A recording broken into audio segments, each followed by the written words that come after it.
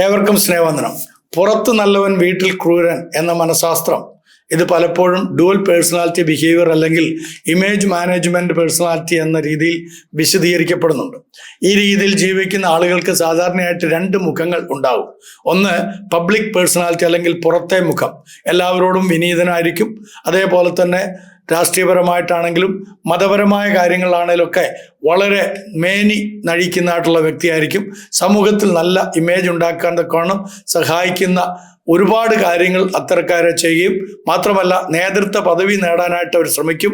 ഇത് അവരുടെ റെപ്യൂട്ടേഷൻ സംരക്ഷിക്കാൻ വേണ്ടിയിട്ട് മാത്രമുള്ള ഒരു തന്ത്രമാണെന്നുള്ളത് അവർക്ക് അറിഞ്ഞുകൂടാ. രണ്ടാമതായിട്ട് പ്രൈവറ്റ് പേഴ്സണാലിറ്റി അല്ലെങ്കിൽ വീട്ടിലെ മുഖം. വീട്ടിൽ അവർ പലപ്പോഴും വളരെ കോപാകുലരായിരിക്കും. മറ്റുള്ളവരെ അവരെ നിയന്ത്രിക്കും. അതേപോലെ തന്നെ മറ്റുള്ളവരെ അധിക്ഷേപിക്കും. വീട്ടിലുള്ള സ്വന്തം ജീവിത പങ്കാളിയായിരിക്കാം, മക്കളെ ആയിരിക്കാം, അല്ലെങ്കിൽ മാതാപിതാക്കളെ ആയിരിക്കാം. അതേപോലെ തന്നെ ഫിസിക്കൽ വയലൻസ്, ശാരീരികമായിട്ടുള്ള ഉപദ്രവങ്ങളൊക്കെ അത്തരക്കാര് നടത്തുന്നതായിരിക്കും. ഭാര്യയെ അപമാനിക്കൽ മാത്രമല്ല, അവർക്ക് വീട്ടിൽ യാതൊരു വിധത്തിലുള്ള അക്കൗണ്ടബിലിറ്റിയും ഉണ്ടാകുകയില്ല. ഭാര്യയോടും കാണുകയില്ല, മക്കളോടും കാണുകയില്ല, കുടുംബാംഗങ്ങളോടും യാതൊരു അക്കൗണ്ടബിലിറ്റിയും ഇല്ലാതെ, യാതൊരു വിധത്തിലുള്ള വിധേയത്വം ഇല്ലാതെ ജീവിക്കുന്ന ആളുകൾ. ഇമേജ് മാനേജ്മെന്റ് പേഴ്സണാലിറ്റിയെ കുറിച്ച് നമ്മൾ ചിന്തിക്കാം. ഇത് മനഃശാസ്ത്രത്തില് ഇംപ്രഷൻ മാനേജ്മെന്റ് എന്ന ഒരു കൺസെപ്റ്റ് ആയിട്ട് ആണ് അറിയപ്പെടുന്നത്. അതിൻ്റെ അർത്ഥം ആളുകളുടെ മുമ്പിൽ നല്ല ഇമേജ് ഉണ്ടാക്കാൻ അവരുടെ പെരുമാറ്റം നന്നായി നിയന്ത്രിക്കാൻ തക്കവണ്ണം സാധിക്കുന്നു എന്നുള്ളതാണ്. ഇത്തരം ആളുകൾക്ക് പ്രധാനമായ ചില ലക്ഷ്യങ്ങളുണ്ട്. ആൾക്കാർ എന്നെ നല്ലവനായി കാണണം. അതിനാൽ അവർ പബ്ലിക് ബിഹേവിയർ വളരെയധികം നിയന്ത്രിക്കും. രണ്ടാമതായിട്ട് മാനിപ്പുലേറ്റീവ് പേഴ്സണാലിറ്റി.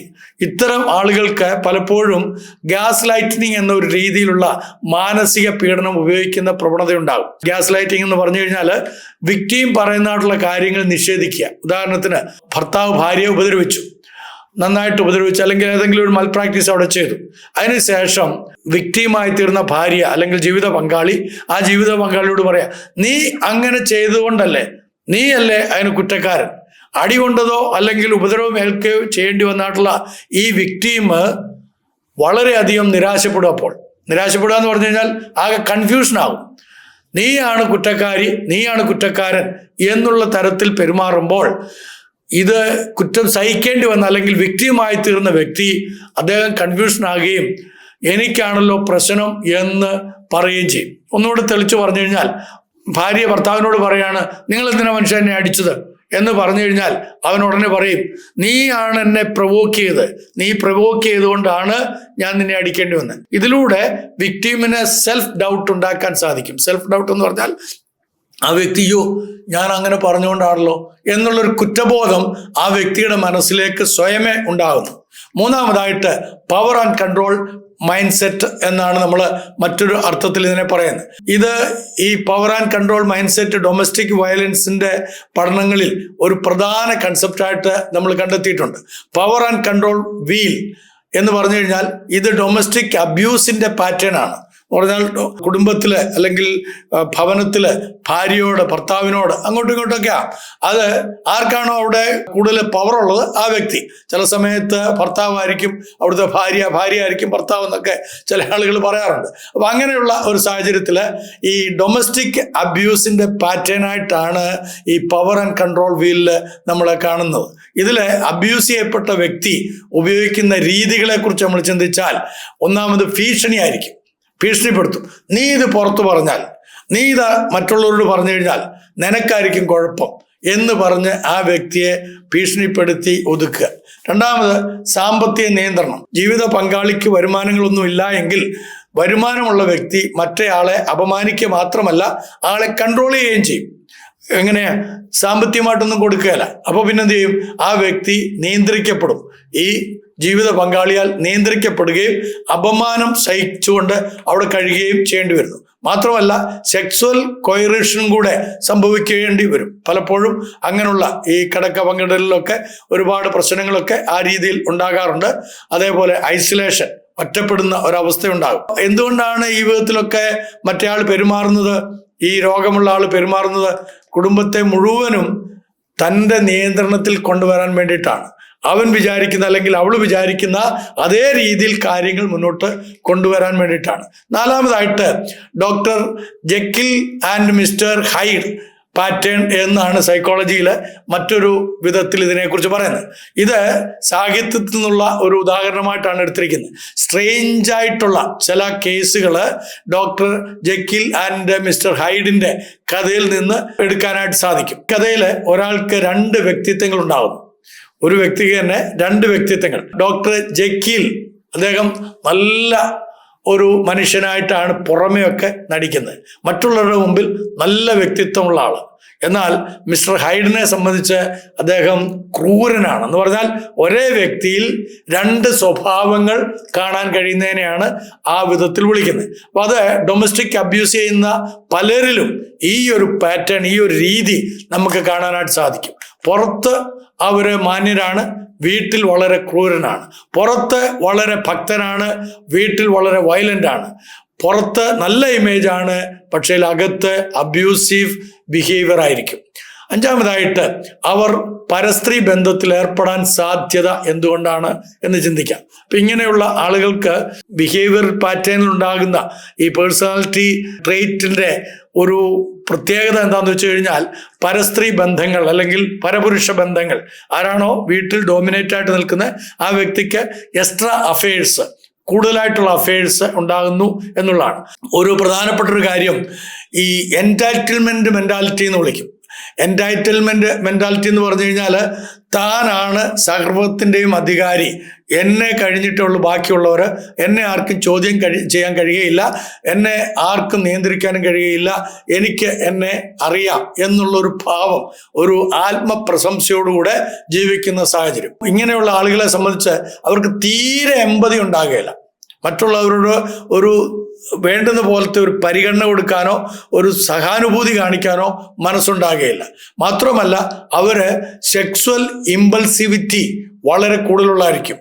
അതിന്റെ കാരണം എന്താണെന്ന് വെച്ച് കഴിഞ്ഞാൽ, നേരത്തെ ഞാൻ പറഞ്ഞതുപോലെ, മുൻ വീഡിയോയിൽ ഞാൻ ഓർപ്പിച്ചതുപോലെ, നാർസിസ്റ്റിക് ട്രെയ്റ്റ് അവരുടെ ഉള്ളിൽ ഉണ്ട് എന്നുള്ളതാണ്. അവരത് അവരുടെ ഉള്ളിൽ കൾട്ടിവേറ്റ് ചെയ്ത് ഉള്ളിൽ അവർ വളർത്തിയെടുത്തിട്ടുണ്ട്. അതുകൊണ്ടാണ്. അപ്പൊ ഇവ നാർസിസിസ്റ്റിക് പേഴ്സണാലിറ്റി ഡിസോർഡർ അല്ലെങ്കിൽ ആന്റി സോഷ്യൽ പേഴ്സണാലിറ്റി ഡിസോർഡർ ട്രെയ്റ്റിൽ നിന്ന് ഉണ്ടാകുന്ന ഒരു കാര്യങ്ങളാണ്.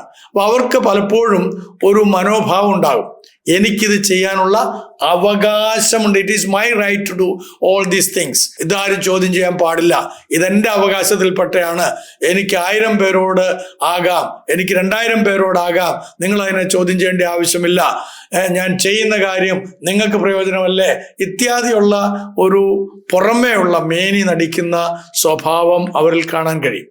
6ാമതായിട്ട്, എന്തുകൊണ്ട് സമൂഹം പലപ്പോഴും ഇത് തിരിച്ചറിയുന്നില്ല അല്ലെങ്കിൽ ഇതിനോട് കൃത്യമായി പ്രതികരിക്കുന്നില്ല എന്നുള്ളതാണ് നമ്മൾ ചിന്തിക്കാൻ പോകുന്നത്. നമ്മളൊക്കെ പലപ്പോഴും വിഡ്ഢികളാകാറുണ്ട് ഇത്തരം ആളുകളാൽ. അതിന് ഒരു കാരണം, ഇത്തരം പെരുമാറ്റത്തിൽ ഉൾപ്പെട്ടിരിക്കുന്ന ആളുകൾ പബ്ലിക് ഇമേജ് വളരെ ശക്തമായിട്ട് നിർവചിച്ചിരിക്കും. അവര് നമ്മളിപ്പോഴത്തെ ഈ AI എന്നൊക്കെ പറയുന്ന പോലെ അവർ വളരെ കൂർമ്മ ബുദ്ധി കൊണ്ട് തന്നെ അവര് സൊസൈറ്റിയിൽ ഒരുപാട് കൂർമ്മിത ബുദ്ധികൾ ഉപയോഗിച്ചിട്ടുണ്ട്. ഈ കൂർമ്മിത ബുദ്ധി ഉപയോഗിച്ച് അവർക്കൊരു നല്ല ഇമേജ് അവരുടെ അനുയായികളെ കൊണ്ട് ഉണ്ടാക്കിയിട്ടുണ്ട്. അതൊരിക്കലും തകർക്കാൻ ആർക്കും കഴിയാത്ത വിധത്തിൽ അത് ബിൽഡപ്പ് ചെയ്തിരിക്കും. 2ാമതായിട്ട്, വിക്ടിം പറയുന്നതായിട്ടുള്ള സമയത്ത് ആളുകൾ വിശ്വസിക്കുകയില്ല. ആരാണോ ഇതിനകത്ത് ദോഷം സഹിക്കേണ്ടി വരുന്ന വ്യക്തി, ആ വ്യക്തി പറഞ്ഞു കഴിഞ്ഞാൽ കേൾക്കുകയില്ല, പുറമെ കേൾക്കുകയില്ല. ഞങ്ങൾ വിശ്വസിക്കുകയില്ല, നീ പറയുന്നത്, അങ്ങേര് പറയുന്നത് ഞങ്ങൾ വിശ്വസിക്കുകയുള്ളൂ, അല്ലെങ്കിൽ അവൾ പറയുന്നത് വിശ്വസിക്കുകയുള്ളൂ, നിങ്ങൾ പറയുന്നത് വിശ്വസിക്കുകയില്ല എന്ന് പറയുന്ന ഒരു പാറ്റേണിലേക്ക് ആളുകളുടെ മാനസിക അവസ്ഥയെ എത്തിക്കാൻ തക്കവണ്ണം ഇത്തരത്തിലുള്ള ആളുകൾക്ക് സാധിക്കുന്നു. 3ാമതായിട്ട്, വിക്ടിമിനെ തന്നെ കുറ്റപ്പെടുത്താൻ തക്കവണ്ണം ഈ വ്യക്തികൾക്ക് കഴിയും. ആ വിക്ടിം അനുഭവിക്കുന്ന വേദനയ്ക്ക് പുറമെ സ്വമേധയാ അദ്ദേഹത്തിന് അല്ലെങ്കിൽ ഈ വ്യക്തിയുടെ പെരുമാറ്റം കൊണ്ടോ ജീവിതം കൊണ്ടോ ഉണ്ടായിരിക്കുന്ന ഒരുപാട് വേദനകളുണ്ട്. അതിൻ്റെ പുറമെ കുറ്റപ്പെടുത്തലുകളും കൂടെ കേൾക്കേണ്ടി വരും. അത് ഈ കഴിഞ്ഞ ദിവസങ്ങളിലെ മീഡിയകളിലൊക്കെ നിങ്ങൾ ശ്രദ്ധിച്ചപ്പോൾ കേട്ട് കാണും. തെറ്റ് ചെയ്തു എന്ന് മാത്രമല്ല, ആ തെറ്റിനെ പറഞ്ഞതായിട്ടുള്ള സമയത്ത് പറയപ്പെട്ടതായിട്ടുള്ള വ്യക്തിയെ വളരെ മോശമായിട്ട് തേജോവധം ചെയ്യുന്ന വിധത്തിലൊക്കെ സംസാരിക്കുകയുണ്ടായി. അപ്പൊ ഇത് സൈക്കോളജിക്കലായിട്ടുള്ള ചില കാര്യങ്ങൾ തന്നെയാണ്. അപ്പൊ ഇത് സെക്കൻഡറി വിക്ടിമൈസേഷൻ എന്നാണ് നമ്മൾ അതിനെ വിളിക്കാറുള്ളത്. ആദ്യമേ അദ്ദേഹം വിക്ടിമായിരുന്നു, രണ്ടാമതും അദ്ദേഹത്തെ വിക്ടിമൈസേഷൻ ചെയ്യാനായിട്ട് ആരാണോ ക്രൂരത കാണിച്ചത് ആ വ്യക്തി മുതിരുന്നു എന്നുള്ളതാണ്. ഏഴാമതായിട്ട് ഇത്തരക്കാരുടെ ചില സാധാരണ ട്രേറ്റ്സ് എന്താണെന്നുള്ള ചില മുദ്രകൾ എന്താണെന്നുള്ളത് നമുക്കൊന്ന് നോക്കാം. അവർ വളരെ ചാമിങ് ആയിട്ടുള്ള ആളുകളായിരിക്കും, നല്ല സംസാര രീതിയായിരിക്കും, നല്ല സംസാര ശൈലികളും, അതേപോലെ തന്നെ അവർക്ക് റിലീജിയസ് ഇമേജ് ഉണ്ടാക്കാൻ കഴിയും, രാഷ്ട്രീയ ഇമേജ് ഉണ്ടാക്കാൻ കഴിയും, സോഷ്യൽ ഇമേജ് ഉണ്ടാക്കാൻ കഴിയും. സമൂഹത്തിൽ അവരെ കൂടാതെ ഈ സമൂഹം മുന്നോട്ട് പോകയില്ല, it become a static society എന്നുള്ള ഒരു നിലവാരത്തിലേക്ക് അവര് പൊതുവെ സമൂഹത്തെ കൊണ്ടെത്തിക്കും. പക്ഷേ അവരുടെ ജീവിതത്തിൽ ഒരു പ്രകാരത്തിലുള്ള എമ്പതിയും ഉണ്ടാകുകയില്ല. മാത്രമല്ല ആങ്കർ കൺട്രോൾ പ്രശ്നം കൂടെ അവർ അഭിമുഖീകരിക്കുന്നുണ്ടാവും. ഇതിന്റെ സാരാംശം എന്താണെന്ന് വെച്ച് കഴിഞ്ഞാൽ, ഇത്തരം ആളുകളുടെ ബിഹേവിയർ സാധാരണയായി ഇവയുടെ കോമ്പിനേഷൻ ആയിരിക്കും. ഏതിൻ്റെയൊക്കെ? Impression management, gaslighting, power and control behaviour ആണ്. പവർ ആൻഡ് കൺട്രോൾ ബിഹേവിയർ ഇതിൻ്റെ ഒരു ഭാഗമാണ്. നാർസിസിസ്റ്റിക് ട്രൈറ്റ്സ്, അതേപോലെ തന്നെ ഡബിൾ ലൈഫ് പേഴ്സണാലിറ്റി, ഇത്രയും കാര്യങ്ങൾ ഇങ്ങനെയുള്ള ആളുകളിൽ ഉണ്ടായിരിക്കും. അപ്പൊ ഇത് ഒരു കാര്യം കൂടി ഞാൻ ഓർപ്പിക്കാൻ ആഗ്രഹിക്കുക ഇതിനോട് ബന്ധപ്പെട്ട്, ഇത് സാധാരണ കുടുംബ പ്രശ്നമല്ല. പല ആളുകളും പറയാറുണ്ട് ഇതൊരു കുടുംബ പ്രശ്നമായിരുന്നു, അത് പരിഹരിച്ചു എന്നൊക്കെ. ഇത് ഡൊമസ്റ്റിക് അബ്യൂസ് ആണ്. ഇത് സാധാരണ കുടുംബ പ്രശ്നമല്ല, ഇത് ഡൊമസ്റ്റിക് അബ്യൂസ് ആണ്. ഇതിന് ശിക്ഷ ഉണ്ടാകേണ്ടിയിരിക്കുന്നു. അപ്പോൾ അതിൻ്റെ മാനസികവും ആത്മീയവുമായ ഫലങ്ങൾ വളരെ ഗുരുതരമാണ്. ഇവിടെ ആത്മീയതയെക്കുറിച്ച് മാത്രമല്ല ഞാൻ പറയുന്നത്, ആത്മീയത ഞാൻ പറയുമ്പോൾ നമ്മുടെ രാഷ്ട്രീയതയെക്കുറിച്ചും കൂടിയാണ്. അപ്പൊ ഇതിൻ്റെ ഗുരുതരമായ ഫലങ്ങൾ ഇനി അനുഭവിക്കാൻ പോകുന്നതേ ഉള്ളൂ. അതുകൊണ്ട് നമ്മൾ വളരെ ജാഗ്രത പാലിക്കണം. നമ്മൾ തിരഞ്ഞെടുക്കുന്ന നേതാക്കന്മാർ, അത് രാഷ്ട്രീയ മണ്ഡലത്തിലായിരുന്നാലും സാമൂഹിക മണ്ഡലത്തിലായിരുന്നാലും മതപരമായ മണ്ഡലങ്ങളിലായിരുന്നാലും ഇതിൽ വളരെ ജാഗ്രത അനിവാര്യമാണെന്ന് ഓർപ്പിച്ചുകൊണ്ട് നിർത്തുന്നു. നന്ദി, നമസ്കാരം.